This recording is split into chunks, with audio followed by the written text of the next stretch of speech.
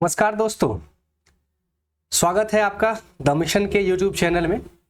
अभी बात कर रहे हैं दोस्तों, बीपीएससी पेपर लीक में एक बड़ी खबर और बड़ी अपडेट आई है कि जो बीपीएससी का पेपर लीक हुआ था, आपको याद होगा, उसकी जांच ईओयू आर्थिक अपराध इकाई ने किया। तो बिहार में ये बहुत ही एक बड़ा मामला था। बीपीएससी जो कि एक रेपुटेटेड आयोग है जिसका पेपर लीक हुआ और उसकी जांच ईओयू कर रही है, तो उसकी एक ताज़ा अपडेट आज सामने आई है। तो चलिए उस ताज़ा अपडेट को देखते हैं क्या है।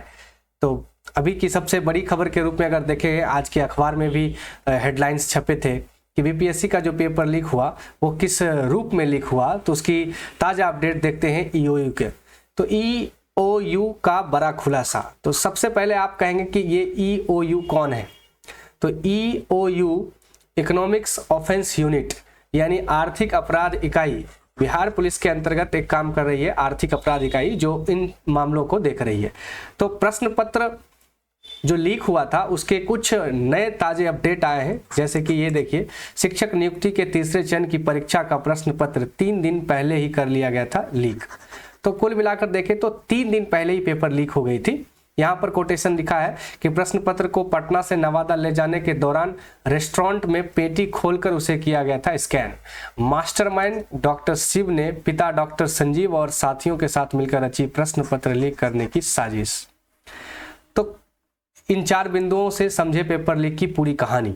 तो ये जो पूरा डिटेल्स दिया है दोस्तों, आपको ही पता है कि पेपर लीक हुआ था और क्या कुछ डिटेल्स लिखा गया है, चलिए उसे जानते हैं।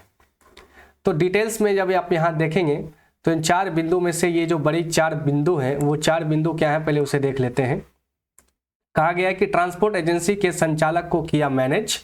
डीटीडीसी पटना से नवादा प्रश्न पत्र लेकर निकली थी गाड़ी। वेंडर और ड्राइवर सहित 6 गिरफ्तार और लॉजिस्टिक कंपनी के दोनों मुंशी अभ्यर्थी भी थे।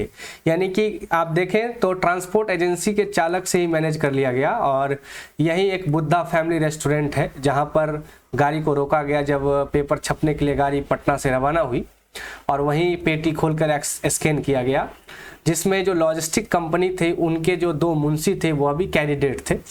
वेंडर और ड्राइवर सहित सबको गिरफ्तार किया गया और डीटीडीसी पटना से नवादा प्रश्न पत्र को लेकर निकली थी गाड़ियां।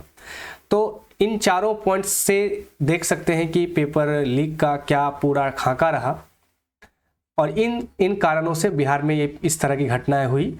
तो यहाँ लिखा हुआ है कि बिहार लोक सेवा आयोग द्वारा 15 मार्च 2024 को ली गई तीसरे चरण की शिक्षक नियुक्ति परीक्षा TRE3 के पेपर लीक मामले का आर्थिक अपराध इकाई ईओयू ने खुलासा कर दिया। इस परीक्षा का प्रश्न पत्र परीक्षा तिथि से 3 दिन पहले यानी 12 मार्च को हो गई पटना से नवादा प्रश्न पत्र ले जाने के क्रम में साजिशन लीक किया गया। इस पूरे कांड का मास्टरमाइंड अभियुक्त नालंदा का नगर नौशा का डॉक्टर शिव और उसका पिता डॉक्टर संजीव उर्फ संजीव मुखिया है। तो आपने देखा किस तरह से सिलसिलेवार चीजें हुई। इस 4 पॉइंट्स में महत्वपूर्ण बातें हैं कि ट्रांसपोर्ट एजेंसी के संचालक को किया मैनेज। तो शिक्षक नियुक्ति के फेज 3 परीक्षा से पहले इनको जानकारी मिल गई थी कि प्रश्न पत्र का ट्रांसपोर्टेशन डीटीडीसी कुरियर कंपनी द्वारा किया जाना है। इस कुरियर कंपनी को प्राइवेट व्यक्ति श्रीनिवास चौधरी द्वारा भी गाड़ियां उपलब्ध कराई जाती है। इसके बाद इन्होंने zenith logistic private limited courier company के मुंशी को काम करने वाले राहुल पासवान को बड़े मुनाफे का लालच देकर श्रीनिवास चौधरी को मैनेज करने का टास्क सौंपा। तो इस तरह से चीजें हो रही है। आयोग बहुत बड़ी जिम्मेदारी है। बीपीएससी बिहार की बहुत रेपुटेटेड आयोग है, लेकिन इस तरह से पेपर लीक होना, हजारों लाखों बच्चों के भविष्य में एक अंधेरा छा जाना है।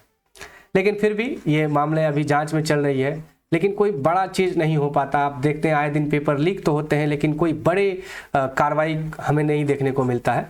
फिर भी बीपीएससी ने जून में परीक्षा लेने का शेड्यूल बनाया है। अभी शेड्यूल जारी तो नहीं हुआ, लेकिन खबर है कि जून में परीक्षाएँ होगी 7 से 15 जून के बीच।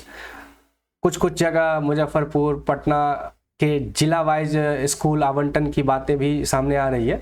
तो ये निश्चित है कि परीक्षा तो हो ही जाएगी। आप सब अपनी तैयारी को अंजाम दीजिए और उम्मीद है कि बीपीएससी इन चीज़ों को नहीं दोहराएगी और एक बेहतर परीक्षा और फेयर परीक्षा करके दिखाएगी। आज के अपडेट के लिए इतना ही। यदि आप नए हैं तो चैनल को सब्सक्राइब करें, बेल आइकन को दबाएं, वीडियो को शेयर करें, कमेंट में अपनी राय दें कि क्या इस तरह की घटनाएं दोबारा नहीं होनी चाहिए या इस तरह की घटना होने पर हमें किस तरह का सरकार से क्या अपेक्षा है और सरकार किस तरह का एक्शन ले, तो कमेंट करना ना भूले। आज के लिए इतना ही, दीजिए इजाजत। जय हिंद, जय भारत, जय